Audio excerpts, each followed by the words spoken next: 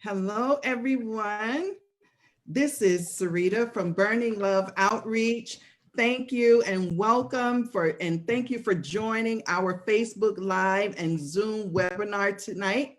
I am excited about the discussion this evening. We have a guest who was on a path of destruction and his life turned around. You know, here at Burning Love Outreach, we're on a mission to help those who are suffering from a life of torment and drug addiction to one of joy, peace, and positivity through a relationship with God. So tonight's conversation is going to be great. And if you know somebody who should be watching this, please tag them and like and share this video this evening. What I love about my guests tonight and my previous guests is the fact that they are an open book, transparent, and ready to share their stories with us. So again, if you know someone, please like and share this video and tag them in it so that they will be able to participate and hear what is going to be discussed tonight. So our guest grew up in Pensacola, Florida. He is a graduate of Woodham High School, class 80. He played football at Hampton University in Virginia. He served 4 years in the U.S. Air Force, and despite every obstacle that came his way, he continued to be a true son, brother, father, and friend.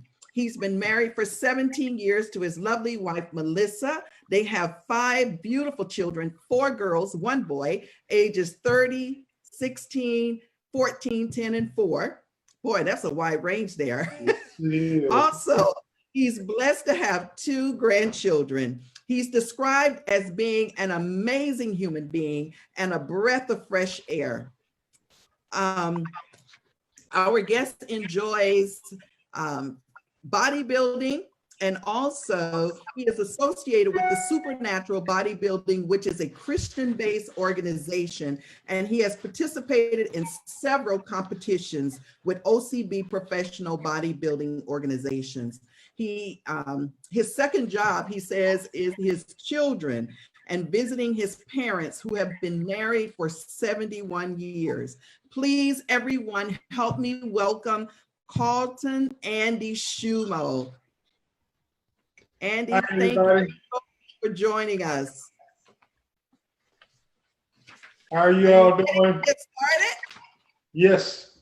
Okay, well, we're excited tonight about tonight's conversation. And you know what? I like to jump right into the meat of everything. You know, in a previous conversation that you and I had, you mentioned that being on the path of destruction. And I want to know, what did that path look like and how did that make you feel? I tell you what, when you're on that path, you see nothing but it's dark. Dark, you see no light, you know. I mean, sometimes you see a glimmer, but you're like, you know, either I'm going to beat this or I'm going to die, you know. And right. Dying what it was an option, really. You know, yeah, you can go take yourself out, but it was ugly. I mean, you hide your face, you're full of shame, you know, and yeah.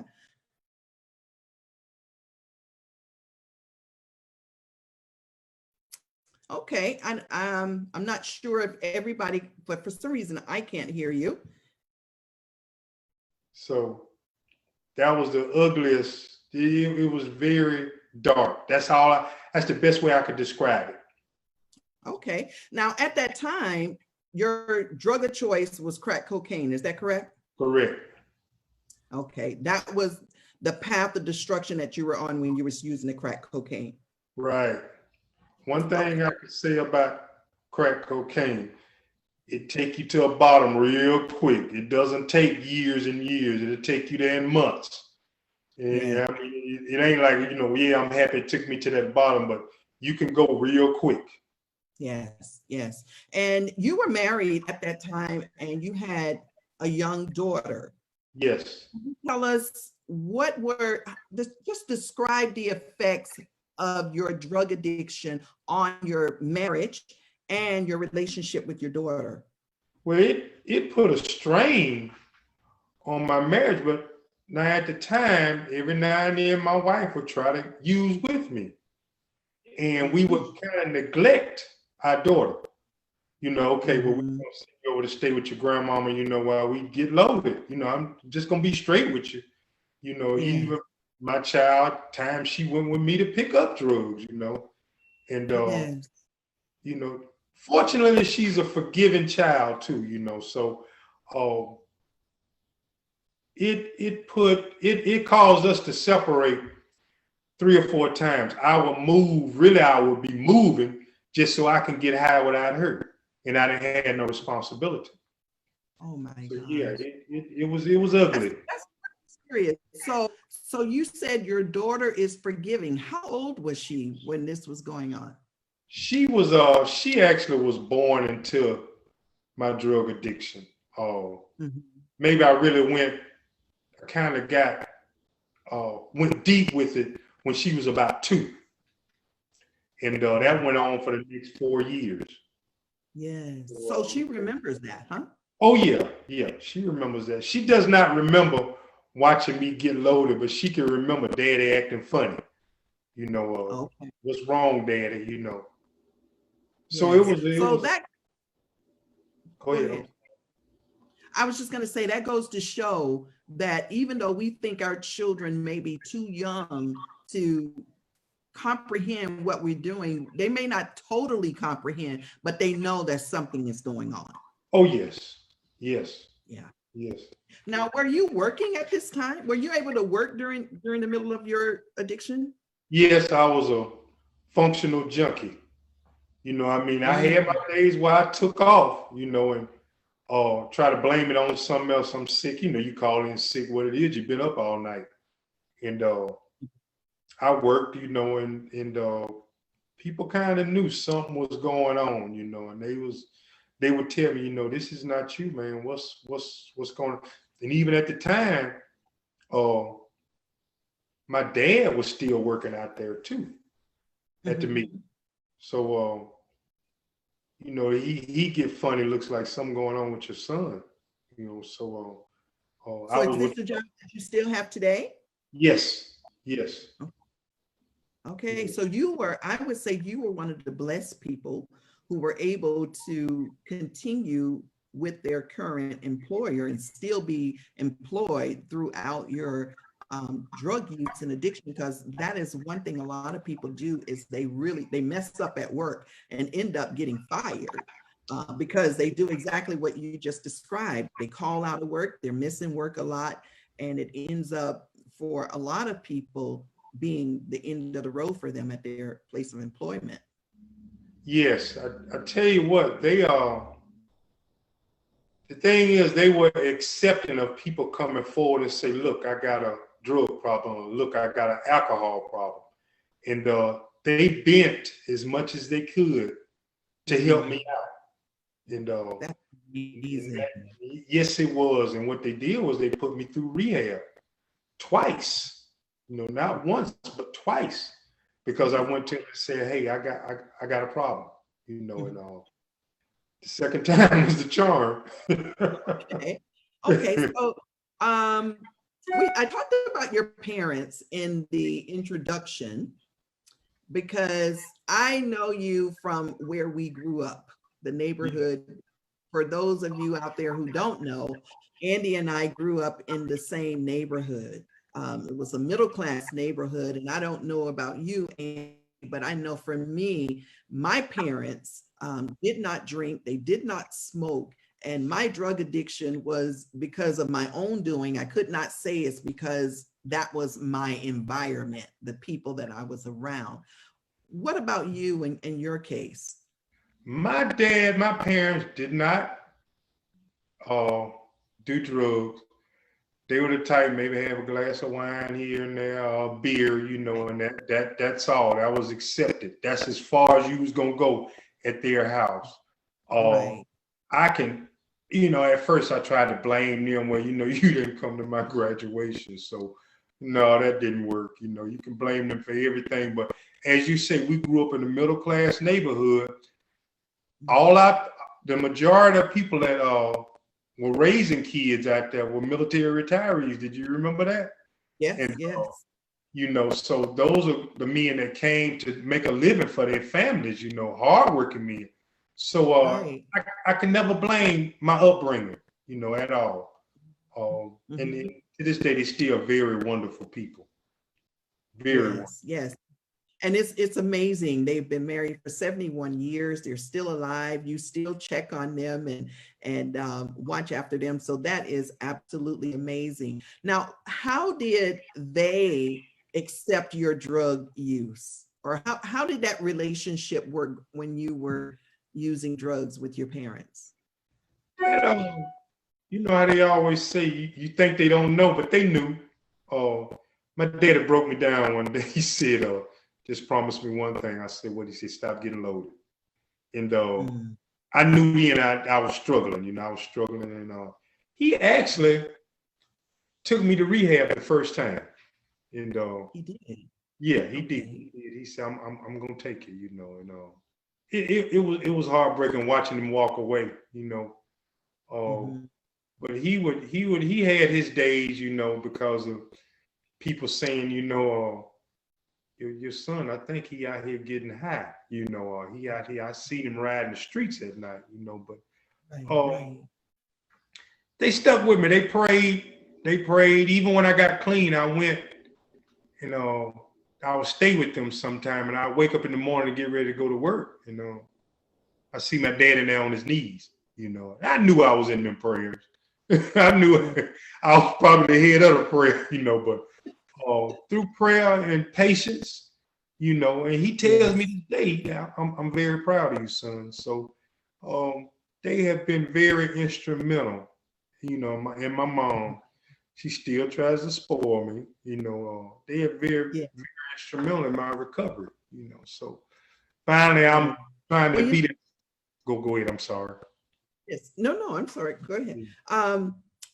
What I was going to say is that I encourage family members to not give up on your loved one who is addicted to drugs. Continue to pray for them, continue to support them because they need that support. And I think that makes a lot of difference in your recovery, knowing that instead of talking about you or throwing you to the side and just saying or giving up hope that you would ever overcome this, that it's important that they continue to pray for you and support the person who is struggling with drug abuse and addiction. Well, I want to ask you another question here, and that is about how did you start using any type of drug? How old were you and what was that drug and how did you start doing that? I was 13 and wanted to be accepted in a crowd. You know, it seems like this is going to make you laugh, you know. Okay, I think I can go there with this. Being brown skinned, hanging around light skin. This is crazy, you know. I'm just going to be straight with you. We were considered not good looking. So, well, if I can't hang with you good looking folks, I can hang with the guys that's smoking pot. And I was accepted in that crowd, you know. So that's the crowd I stuck around, yeah. And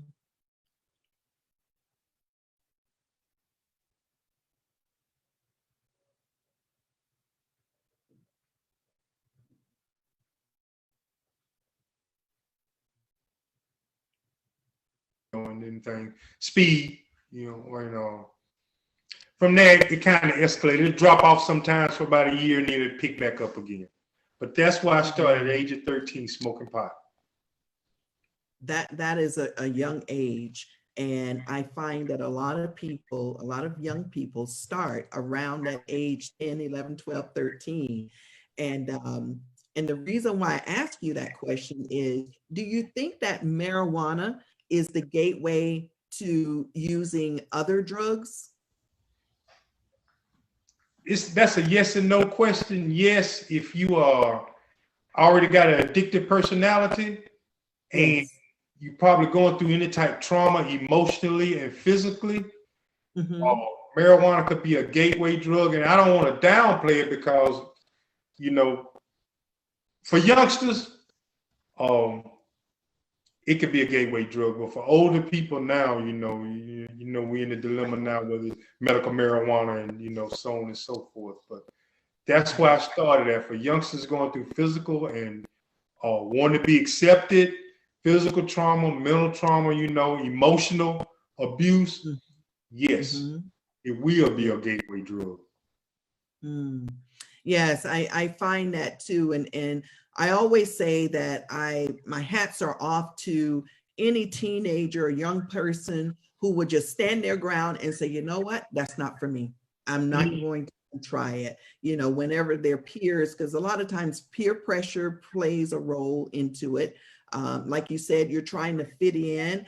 And even though this is another topic, but you are so right. When you're a dark complexion, you are not accepted a lot of times as much as someone who is of a lighter complexion. I mean, even in the African American community, lighter skin, I found myself that lighter skinned people were treated better than me, or anyways, that's another topic. But you're so right. And like I said, my hats are off to young people who can just say no. And I did speak to a young man not long ago, and he was telling me that he was introduced to crack cocaine at a young age, and he decided to just say no. And because of that, he's a very successful individual today as an adult. So again, I'm just going to talk to our audience and just say, if you know someone who should be watching this or listening to this conversation, please share it and tag them in this video. This is an awesome conversation. And we thank our guest, Carlton, and I call him Andy because that's what I was raised. I didn't even know your name was Carlton until Facebook came out. Yeah, that's my government name. Government name. Sign my checks. Please tag them. And if you have any questions for our guests, I will be looking to the side to see if we have any questions for you. If anyone have questions, and we will answer them. Okay. So, Andy, you were actually in the U.S. Air Force. Were you using drugs while you were in the Air Force? Yes, I did. Yes. Really? Yes. It is available as cotton candy in the military. Really? But you had a stricter standard in the military than you are in the civilian life. I mean, you get nailed in that, you go to jail. So I kind of experienced some of those things too. I got nailed one time and had to go to CC camp. Really? After my experience through that, and my enlistment was over, they said, "No, there's no re-enlistment. It's time for you to go." So really, So my advice is to anybody in there thinking about, being sneaky and trying to beat the urinalysis and all, don't do it. Don't do it. It's not perfect. No, because it's a big opportunity. I had some good opportunities in the military too. I can never regret ever going in. What I regret is not sticking with it and saying no, and exactly. Things. But I my hat's off to the military guys. So okay. So share with us how and when you got involved with crack cocaine, because all this time, since 13, you've been smoking marijuana, messing around with a little speed. How did you get involved with the crack cocaine? Well, actually, I tried it for the first time in the military, and it just did not do anything for me. I didn't I guess how they say, I didn't get that blast that I wanted. So where I started after I got out the military, I started hanging around with this guy that was smoking, and I knew he was smoking, and hanging out with him, going through some emotional trauma, relationship wise. And I tried it, and it seems like I just found what I had been looking for. And that really started my path of destruction. It was like you waste all your time not doing nothing else, you're wasting your time trying to find means and ways to get some more, so that's what, and that went on for a few years. So what are some of the things you did to try to find money to support your habit? Not pay no bills, tell lies, write bad checks. I did, yeah. You feel me? Yes. Yeah, try to float checks, try to borrow and tell somebody, hey, I'll be back. I'll pull a couple of them stunts too. Why don't you go pick something up and I'll pull it and keep their money, Yes. I mean, here it is. I'm got a pretty good job now, and I'm still doing that. So those were ways, and then I kind of started, I had saved up some money in my retirement. I started kind of going into that. So, and that was an ugly part, Yes. And that's one of the downfalls of the drug. It turns you into a different person. That's why it's called a mind-altering drug, because it takes you to another whole place. It is a illness. You're sick. It is an illness. And, a lot of people, they talk about the drug addicts and he should get his life together or she should get her life together, but they don't realize you're actually sick. And that's what I love about Jesus. Jesus said he came for the sick. He did not come for those that are well. He came for those that are sick. And that is what a person who is addicted to drugs or have a drug abuse habit, they're sick and they need help. And that's where we have to, that's why Burning Love Outreach was developed and started. It is to share our stories and help those individuals who are addicted to change and turn their life around. So I thank you for being so open and honest with us tonight. And did you ever find yourself denying the fact that you had a problem? Oh, yeah. Yeah. Oh, I can beat this. Oh, wow.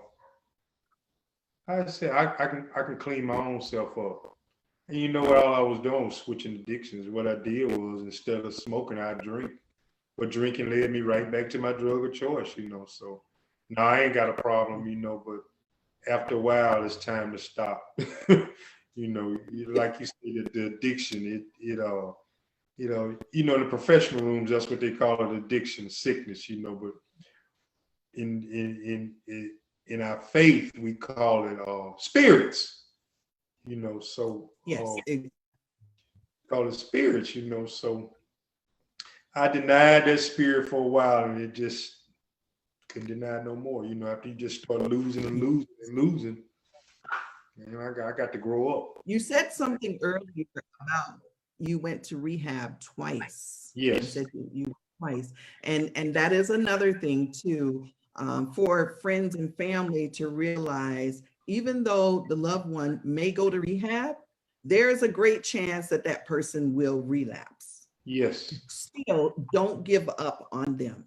Yes. Because I have found that it takes the addict a few times, even though they want to quit, it takes them a few times of going to rehab. Those that are able to overcome, it takes them a few times, and they may fall. They'll probably fall and relapse quite a few times, but still stick with them. Do not turn your back on them. Continue to pray for them. And I know that there will probably be a great outcome and a success to their recovery. What did you learn in rehab that helped you? Now, I don't want you to tell me how you went there yet, because I'm going to ask you that question, but what did you learn from rehab? You're going out with the thing of you do everything they say do, and if you do everything they say do, there's a good chance you'll stay clean. But if you don't, if you skip a step, mm-hmm.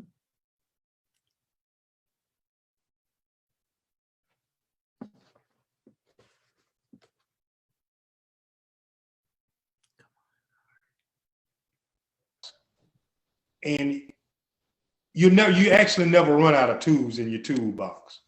So that was the biggest thing I learned. The biggest thing was learning about myself too. What is causing me to do this? You know,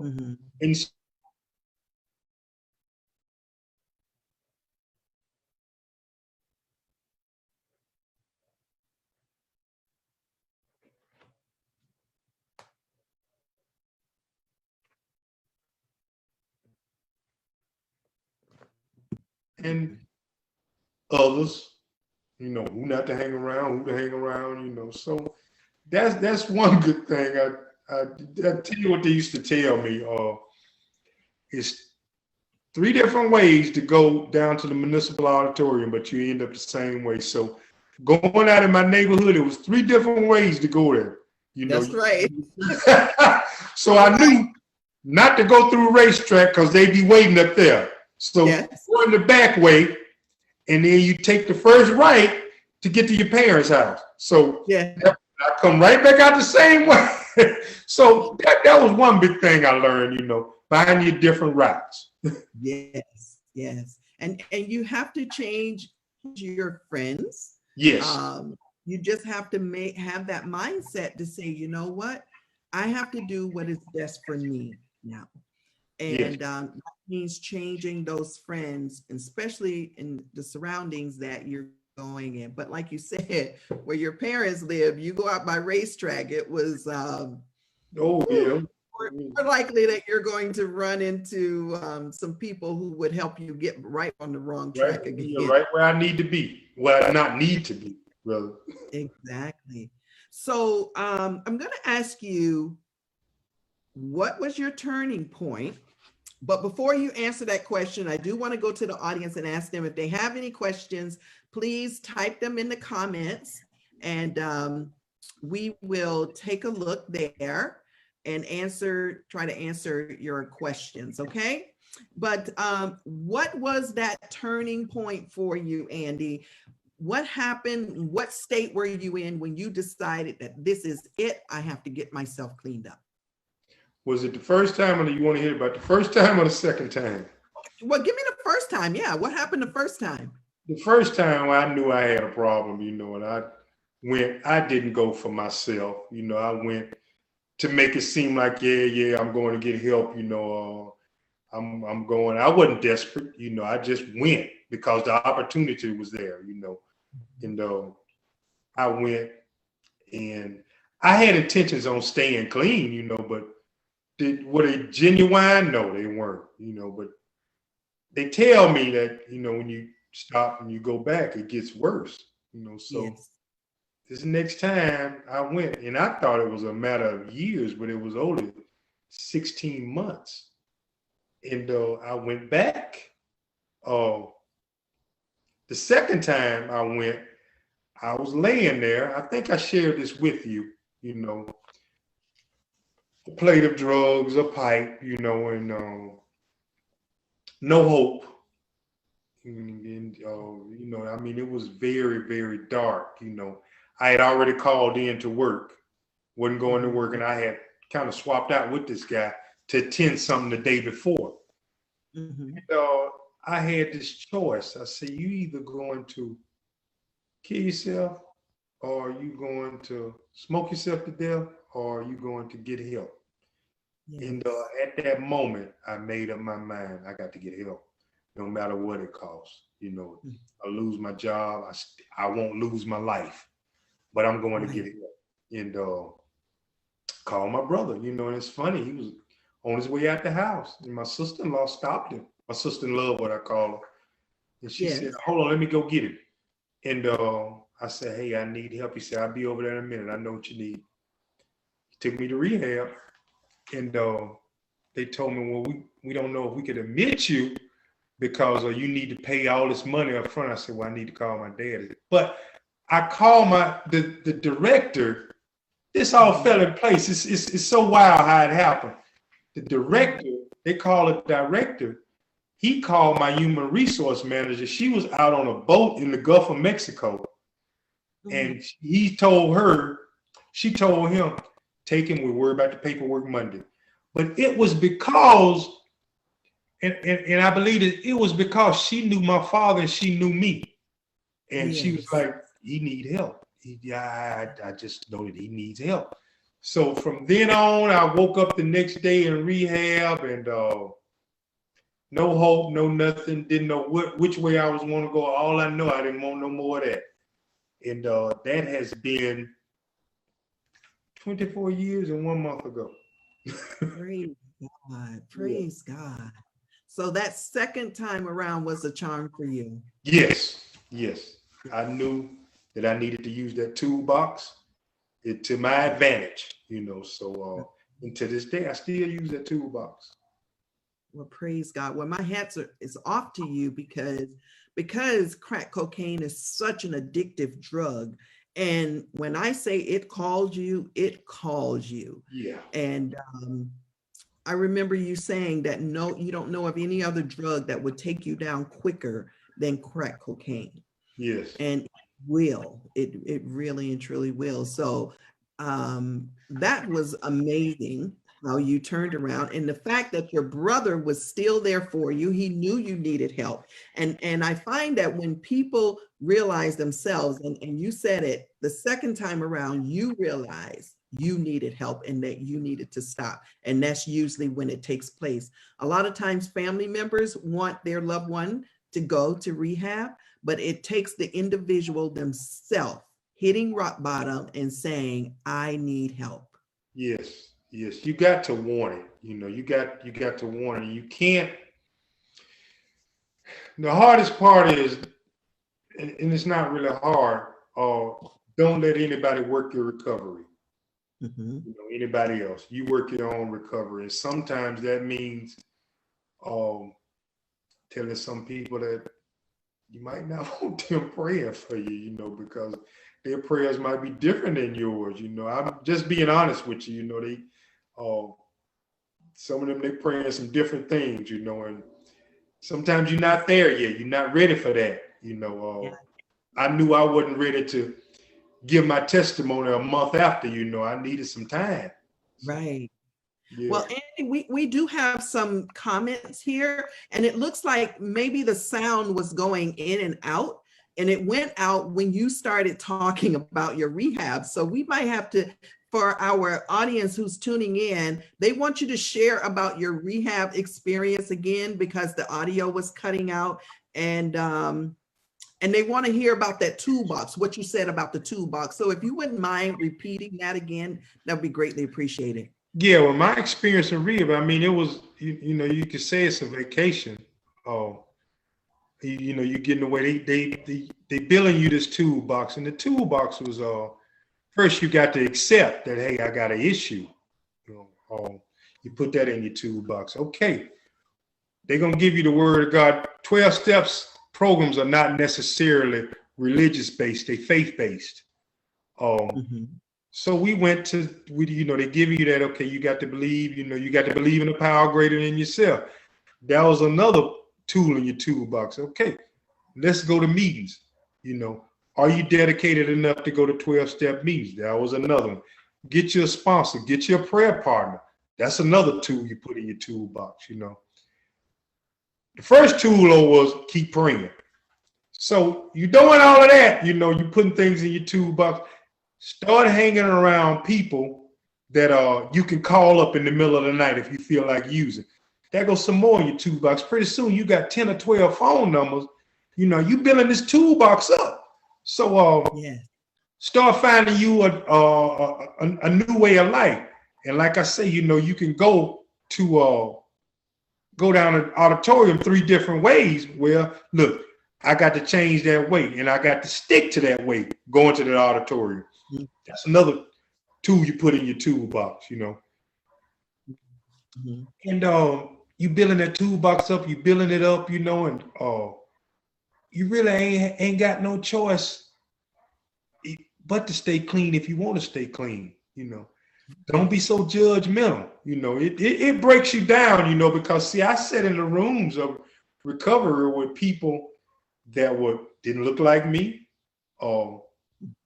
They had different beliefs than me. We didn't all believe the word of God, how you say. You had some that didn't believe, but what they were interested in is helping you to stay clean. So sexuality was different, you know. Like I said, our racial makeup was different, but what I know is what they wanted to do was, hey, let's talk about this. You got an issue, a burning issue. Let's talk about this.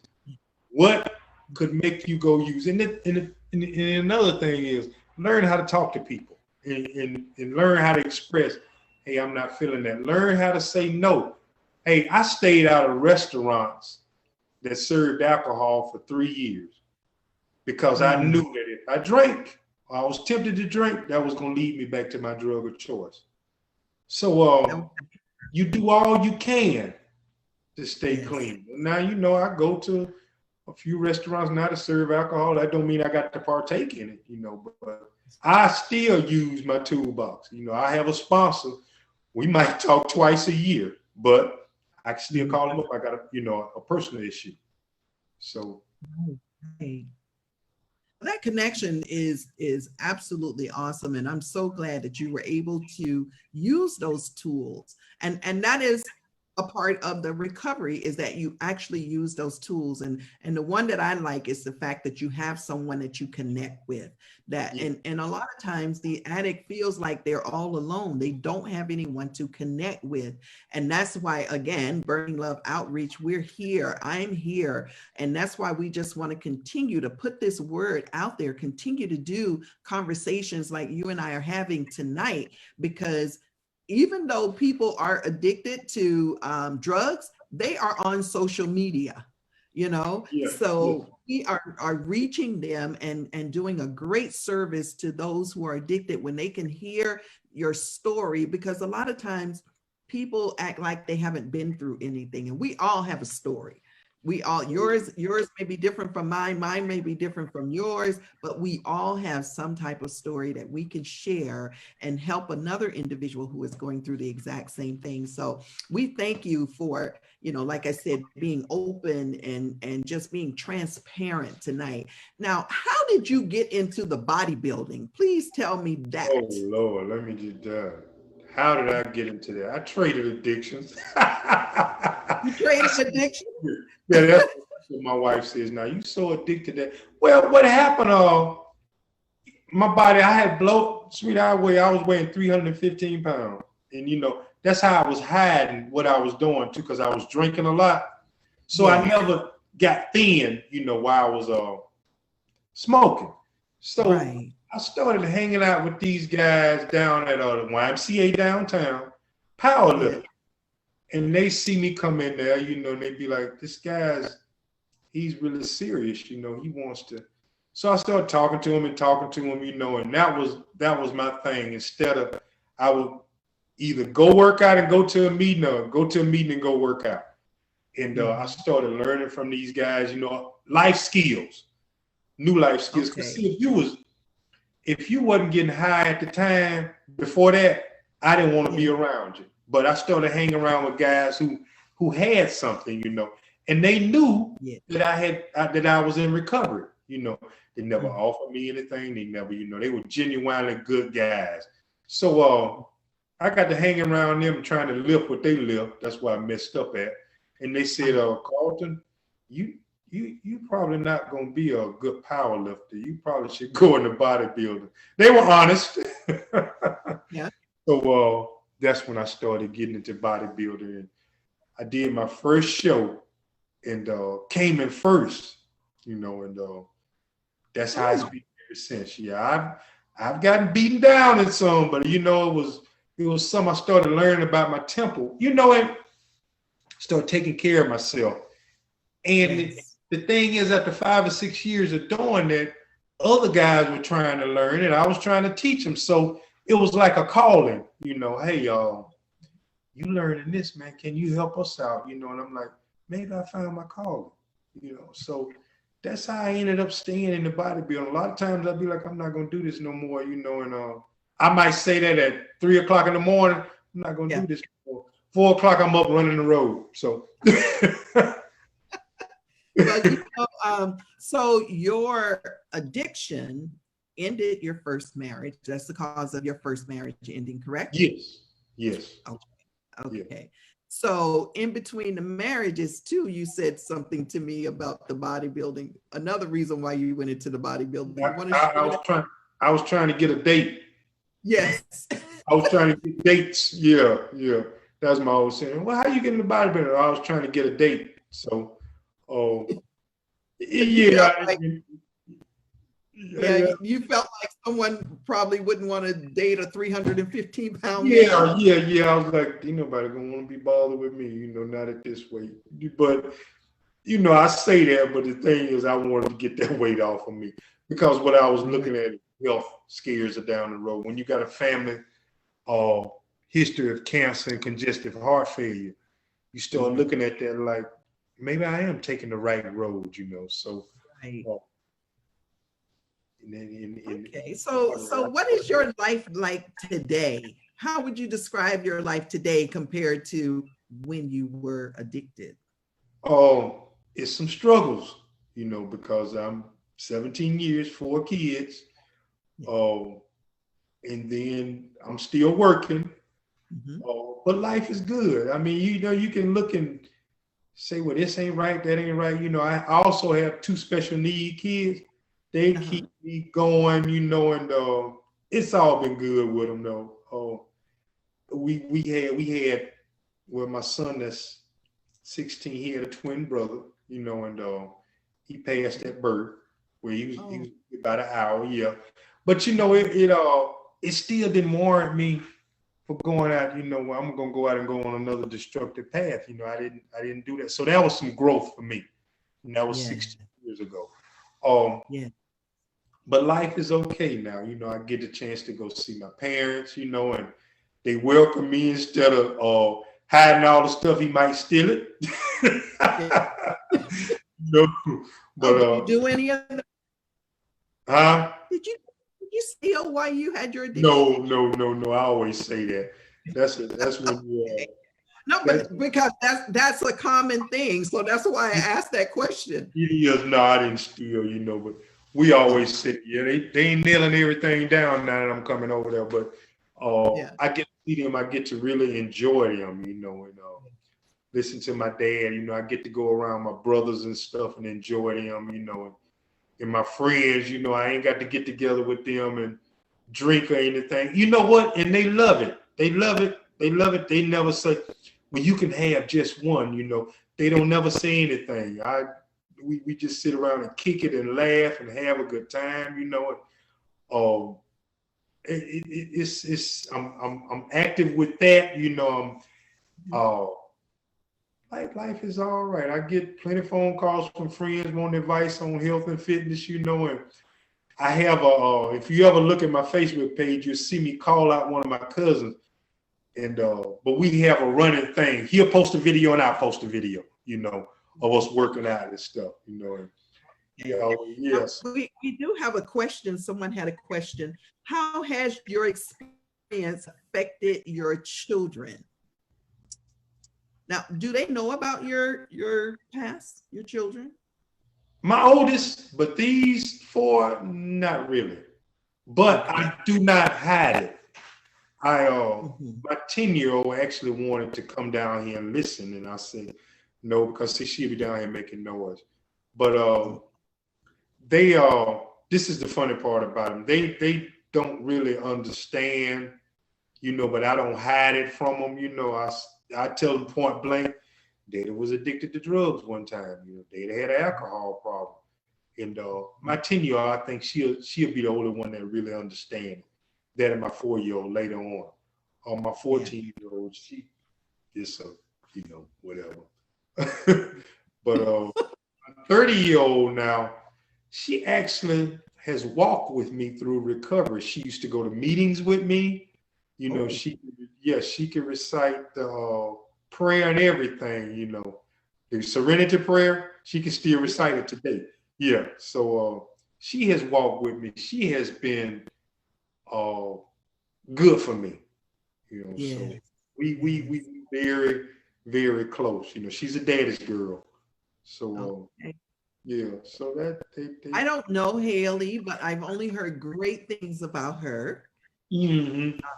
Never had the chance to meet her. Actually, none of your children have I actually met. I haven't even seen you in years since I. Yeah, I know. So you know, the next time you're down here, you know what we got to do. So Exactly. yeah, Exactly. I don't know when that's going to be, but exactly. Next time I make it to Pensacola, I definitely will contact you. You will know. And it's just been such a pleasure to speak with you, Andy, and to hear your story. And it looks like you have won quite a few competitions. Would you like to explain to us or tell us about what we see behind you there, your trophies? Yeah, well, that's a few of them. I'm just gonna move the screen around. Uh-huh. I put them on the ground sometime, and I tell them that they spotted me, you know. But I'm gonna get up and I'm gonna show you this one picture.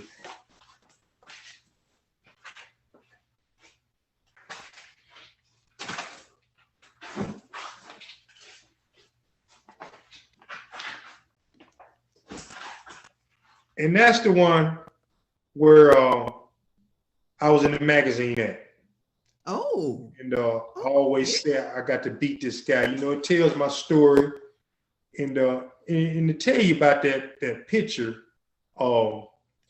this guy put out an ad on Facebook, and he says, I just need some over 40 guys, you know, like that, to, you know, how do you look? Do you think you can make my magazine? You know, so they telling me this. So I was grade up then. I was 52 then.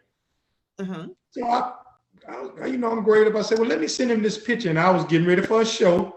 It was around this time.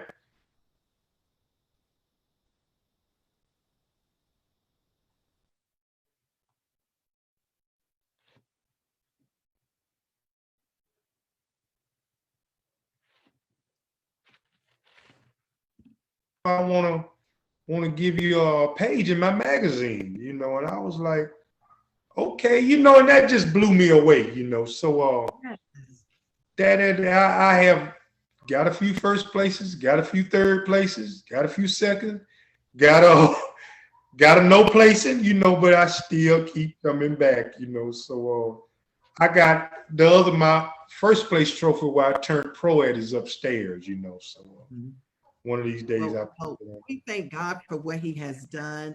And I want you to share, would like for you to just share with someone some advice that you would give to someone who is listening tonight that is struggling with drug abuse and addiction. And also, I want you to just give God a shout out for what he has done in your life, because we cannot have this conversation and not give God the glory for what has transpired tonight. Yes. Well, you know, I always start off when I tell people, if you decide to go to rehab, you know, go. And see, now, most rehabs are state funded, so you can go without having to worry about a cost, unless you have insurance. You know, your insurance are covered 100%. Yes.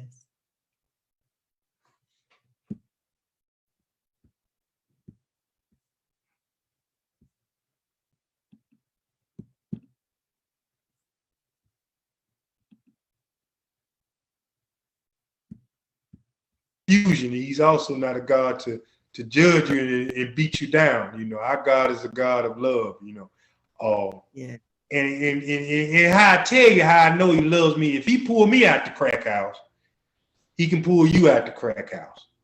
You know, and I always give glory to him. You know, I mean, it be some days I question, Lord, why am I going through this? You know, and we gonna go through life things.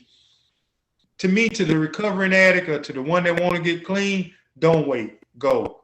Don't waste no time, go. And then you worry about everything else. Because see, if you go now, that means God has just told you that that's where you need to be.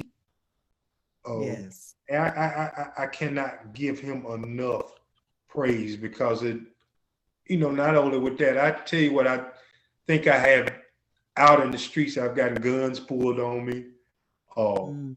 Trying to buy dope, you know, I've gotten so high where I thought my heart was gonna stop. It beat so fast, you know. I call it a high OD, you know. And you always look at them situations like, you know, really, I'm not supposed to be here, but I am, because I went through rehab twice, and I'm the only one out of those two groups that stayed clean. The second time, 3 died that I was in rehab with, from ODs, and some, their heart just wouldn't take it. So Right. I just give God praise, that I'm able to do what I do now. Yes. Not just to the addict, but to the young people that, think that, thinking about going out and getting high, to the young people that's interested in health and fitness.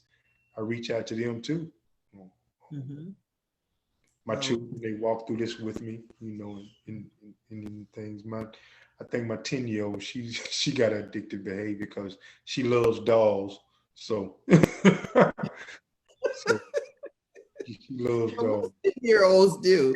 Yeah, she tells me a heartbeat talking about, well, you addicted to them weights.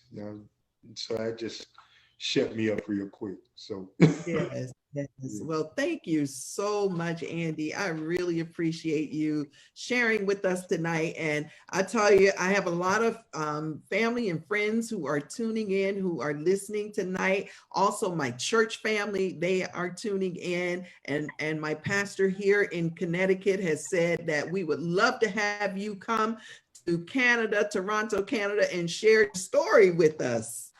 Tell him make it happen. Yes. As soon as the borders start opening back up. But yes, we would love to have you come and share with us what God has done in your life. And I thank you tonight for tuning in with us. This has been a great conversation. And I thank you for just opening up and being so transparent and being able to share your life journey, your walk, and what has taken place in your life and how God has transformed you. And we want those out there listening who are addicted to drugs to know that just like your life was transformed, their life can be transformed. Yes, there is hope. There is always hope as long as there is breath in your body. And we want you to know that Burning Love Outreach, we are here for you. There are so many, we are on all aspects of social media. We're on YouTube, we're on LinkedIn, Instagram, Facebook. Please reach out to us if you are having an issue or you want help with your drug abuse and addiction, okay? We want you to know that we are authentic and that we really care for you and we love you and we want you to live the life that God has already predestined for you to live.